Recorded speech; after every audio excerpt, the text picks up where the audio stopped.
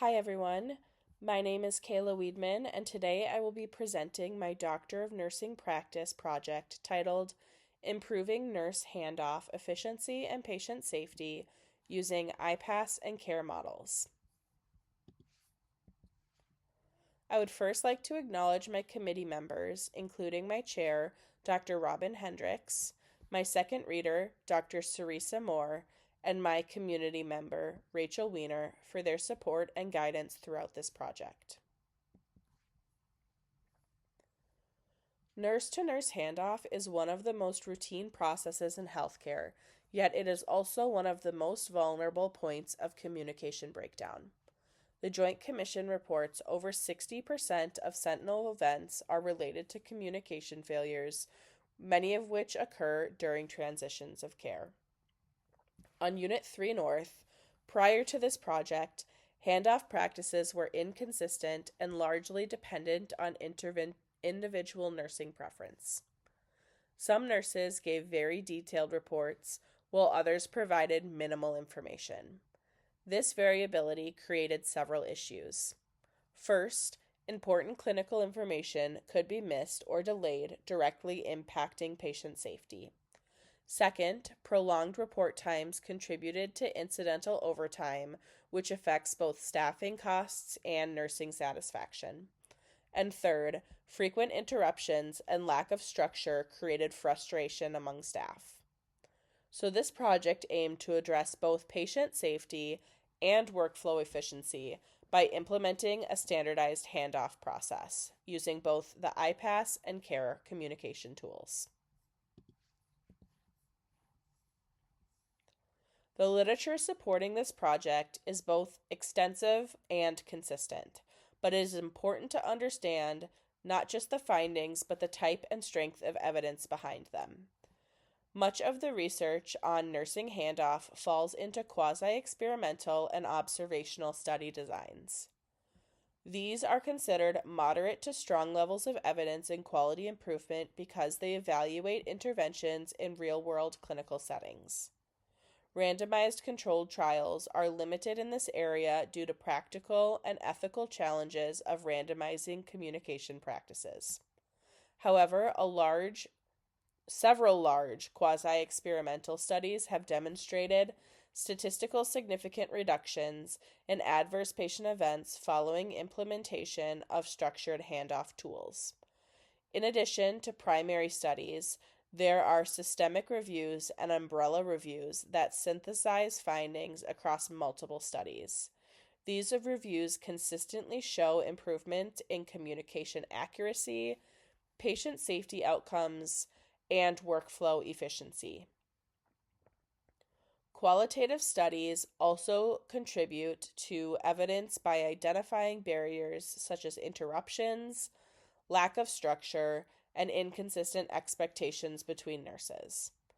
One of the most well-known tools in literature is the IPASS.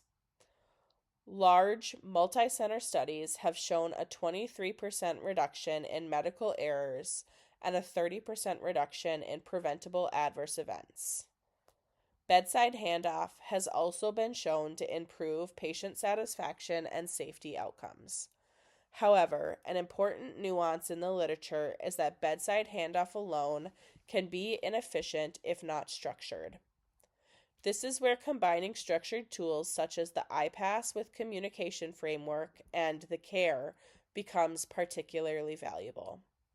Another important gap in the literature is that while many studies claim improved efficiency, few actually measure efficiency outcomes such as incidental overtime. This project contributes to the literature by addressing both patient safety and workflow efficiency in a measurable way. This project was guided by the Plan, Do, Study, Act framework, which is widely used in quality improvement projects.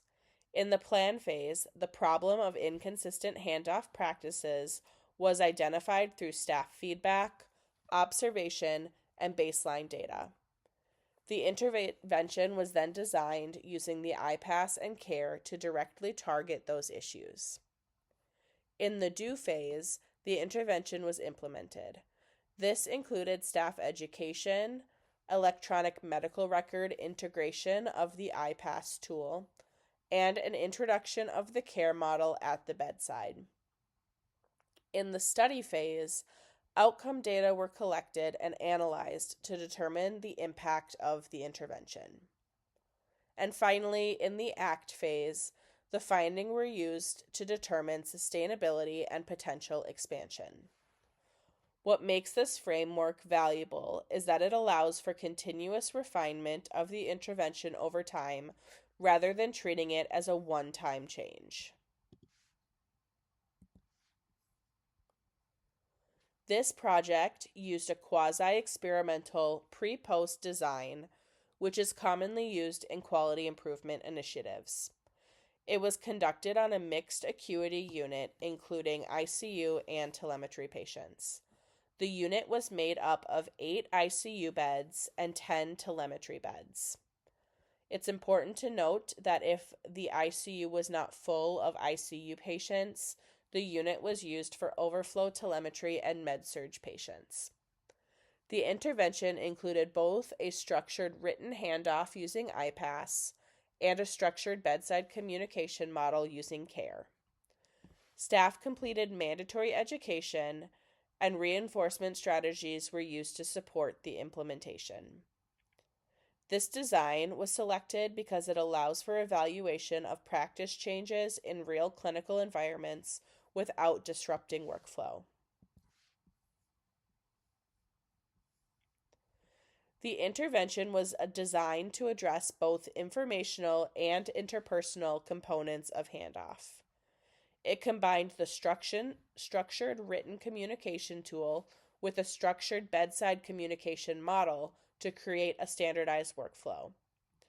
Importantly, this intervention addressed the entire handoff process, including preparation before report, communication during report, and verification after report.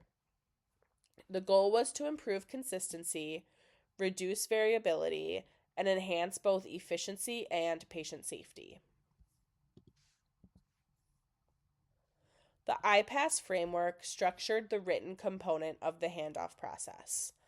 IPASS stands for illness severity, patient summary, action list, situational awareness, and synthesis. Illness severity allows nurses to quickly prioritize patients based on acuity and is defined by stable, watcher, or unstable. Patient summary included key clinical information such as diagnostics, hospital course, and relevant updates.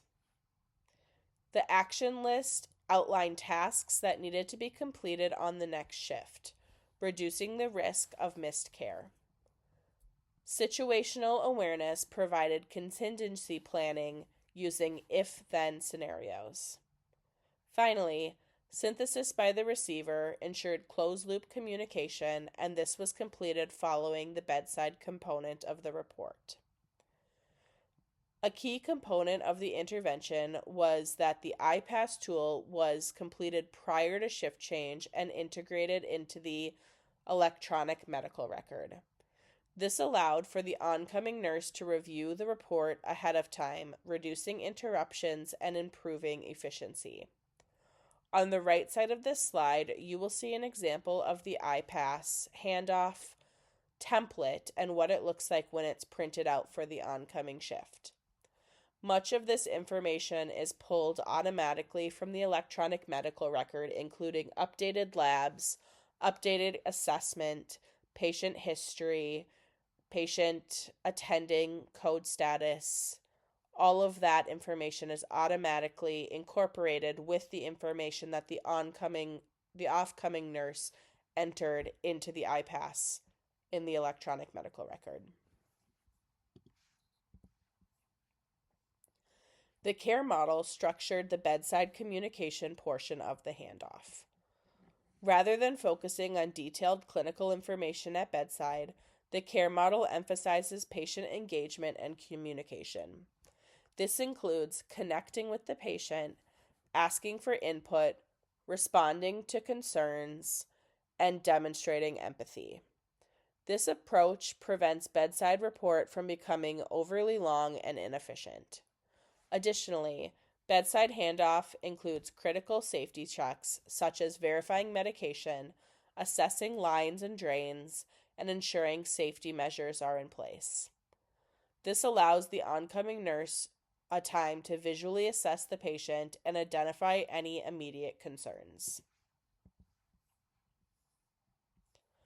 Together, IPASS and CARE created a structured workflow that standardized the handoff process. This reduced variability and ensured that all nurses followed the same process, improving consistency and communication reliability. This slide highlights the step-by-step process that was completed by the nurses during handoff. It also includes an example of the education materials provided to the nurses to attach to their badge for intervention reminders.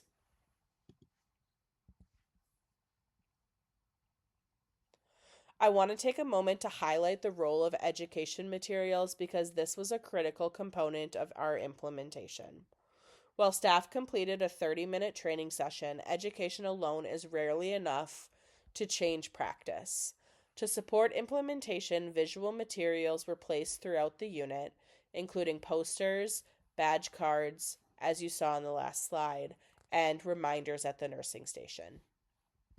These graphics were intentionally designed to be simple, quick to read, and easy to reinforce and reference throughout the shift.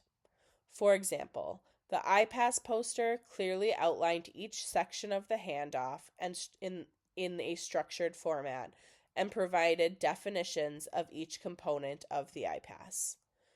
The CARE model visual provided a quick reminder of how to structure bedside communication with an example dialogue for nurses to reference. Badge cards allowed nurses to carry these tools with them throughout their shift.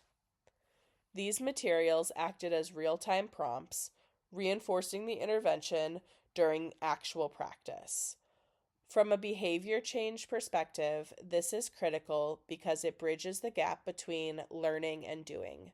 Without these reinforcements, it's much more difficult for staff to consistently adopt a new process. Fidelity was monitored through electronic medical record audits and observational feedback, with ongoing reinforcement provided by leadership. The sample included 47 registered nurses on the unit. It's important to note that float pool staff and student nurses were not included in the sample.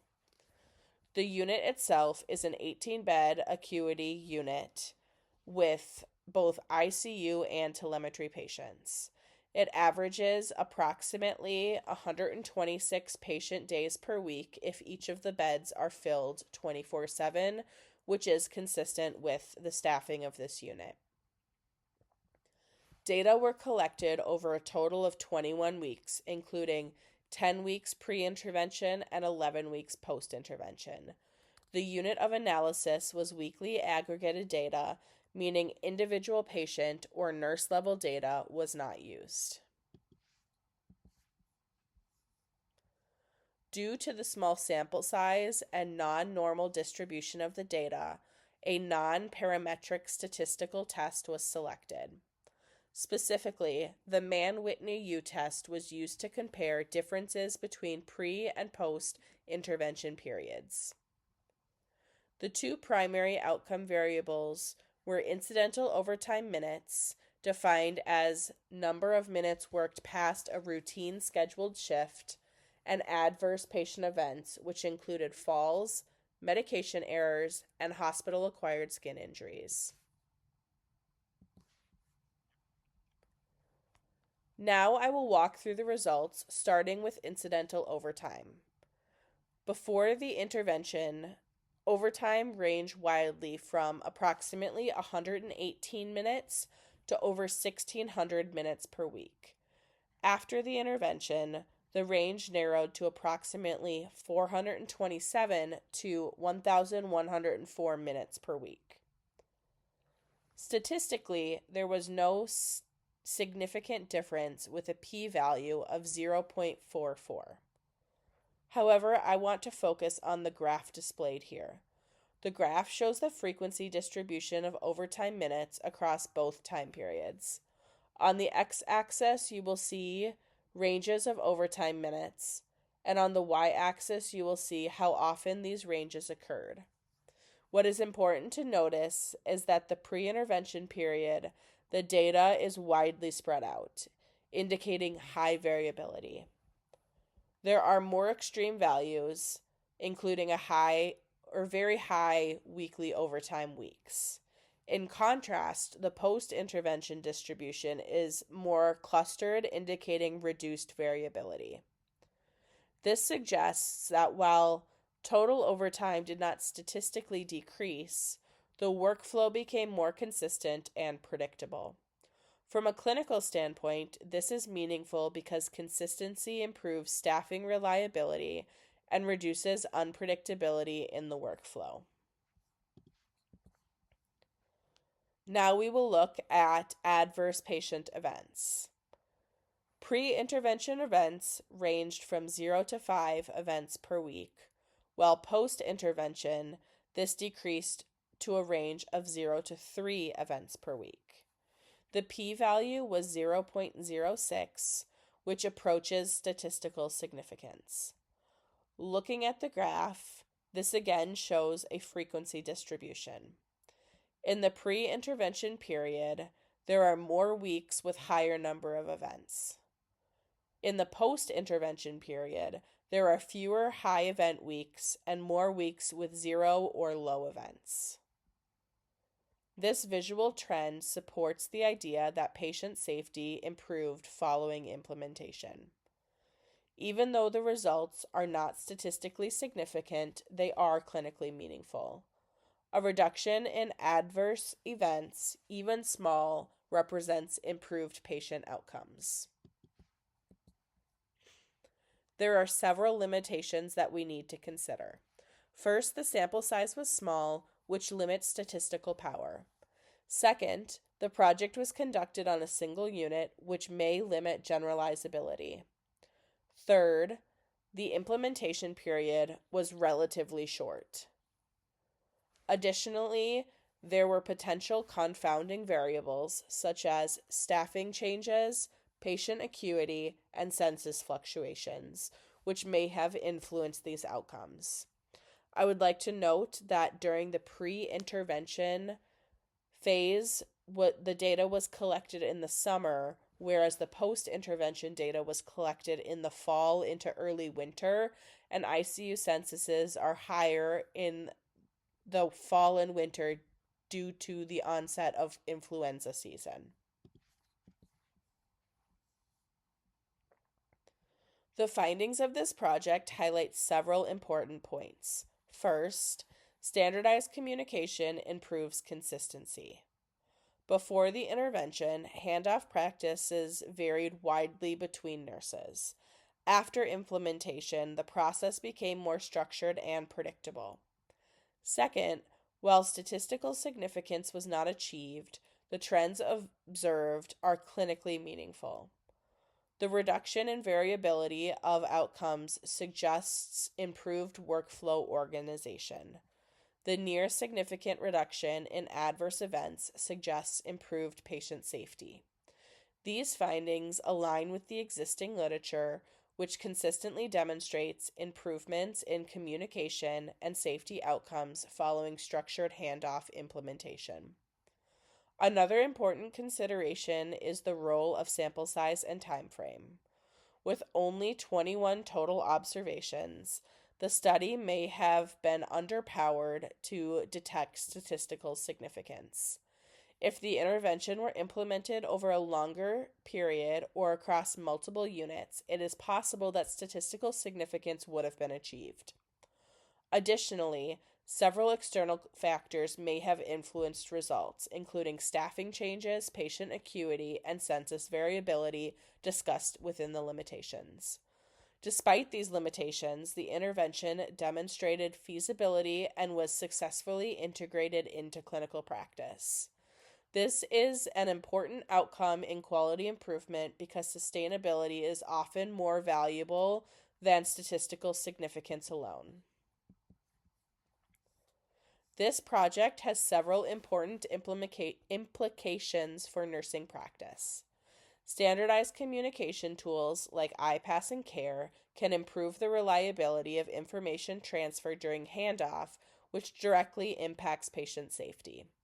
They also support improved teamwork, accountability, and interdisciplinary communication. Additionally, incorporating bedside communication enhances patient engagement and prompts patient-centered care. These findings support the broader adoption of standardized handoff processes across healthcare systems. In conclusion, this project demonstrated that implementing standardized handoff processes using the IPASS and CARE is both feasible and sustainable in the clinical setting. While statistical significance was not achieved, the project showed clinically meaningful improvements in workflow consistency and patient safety trends. Future directions include expanding the intervention to additional units, increasing the sample size, and evaluating outcomes over a longer period of time. On a personal level, this DMP project has strengthened my leadership skills, enhanced my understanding of quality improvement processes, and reinforced the importance of evidence-based practice in improving patient care. These are the references that support this project. Thank you for your time and attention, and I would be happy to answer any questions.